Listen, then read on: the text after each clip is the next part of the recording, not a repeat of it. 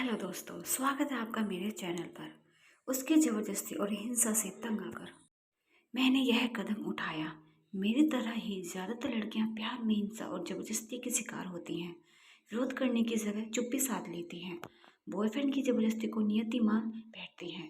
Relationship की शुरुआती 2 साल मैंने भी वह सब कुछ झेला, सहन किया जो ज़्यादातर लड़कियां करती हैं। दरअसल मैं उसे खुद से भी ज़्यादा प्यार करती थी और यही वजह थी कि उसकी हिंसा प्रवृत्ति भी मेरी आंखों में नहीं खोल पा रही थी।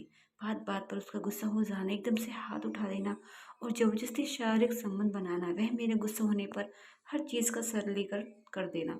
मैं ये सब झेल रही थी क्योंकि मुझे लगता था कि धीरे धीरे सब वह सुधर जाएगा और शादी के बाद सब कुछ ठीक हो जाएगा। लेकिन यह मेरी भूल थी और अपने ऊपर होने वाली शादी के लिए मैं खुद जिम्मेदार थी। हमारे रिश्ते की शुरुआत चंडीगढ़ से हुई। पढ़ाई के दौरान वह मुझे मिला। मिला क्या, दरअसल वो मेरा सीनियर था और 1 साल के भीतर ही हम रिलेशनशिप में आ गए। खूब बातें होने लगी। मैं जब भी बीमार पड़ती सबसे ज़्यादा परवाह वो ही करता। मुझे डॉक्टर के पास ले जाने से लेकर दवाई लाने, छोटी छोटी बातों पर हालचाल जानने तक ऐसा लगता कि दुनिया में मेरे सिवा इसके लिए कोई दूसरी चीज़ मायने ही नहीं रखती है। मैं अपनी सहेली के साथ हॉस्टल में रहती थी और वो दोनों एक ही जगह के थे। पता नहीं कब मेरी सहेली उसकी बहन बन गई और हंसते हंसते उसने हर बात पर उसकी इतनी तारीफ की कि मेरी आंखों पर पट्टी बन गई। रूम में जब भी कोई बात होती बिना राकेश काल्पनिक नाम के बाद ही की शुरुआत ही नहीं होती थी। हर बात के केंद्र में वो ही रहता। उससे ही बातें शुरू होती और उस पर ही खत्म हो जाती। पता ही नहीं चला कि मेरे मन के भीतर एक नायक की भूमिका में कब बस गया। बाकी लड़कों से एकदम अलग लगने लगा। मैं अपनी ही हर छोटी छोटी बातें शेयर करने लगी। एक दिन भी बात नहीं होती तो मेरे भीतर निराशा का भाव जागने लगता। अंदर से न जाने कैसी बिजली कूद उठती कि मैं आतुर हो उठती बात करने और मिलने के लिए। इस तरह मैं उसके साथ घंटों बिताने लगी। पता ही नहीं चला कब कॉलेज में उसका आखिरी साल आ गया।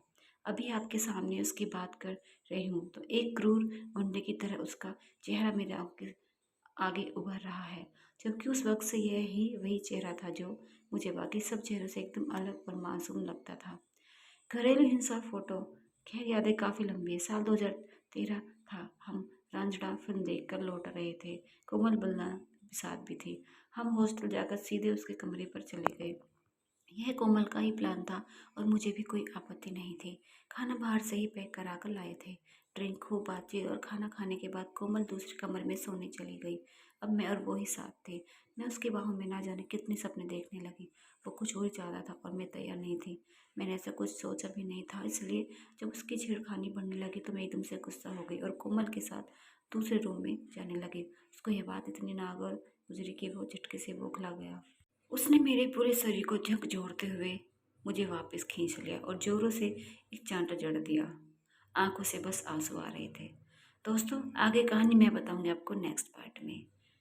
प्लीज़ हमारे चैनल को सब्सक्राइब कीजिए और वीडियोस को लाइक और शेयर कीजिए। धन्यवाद।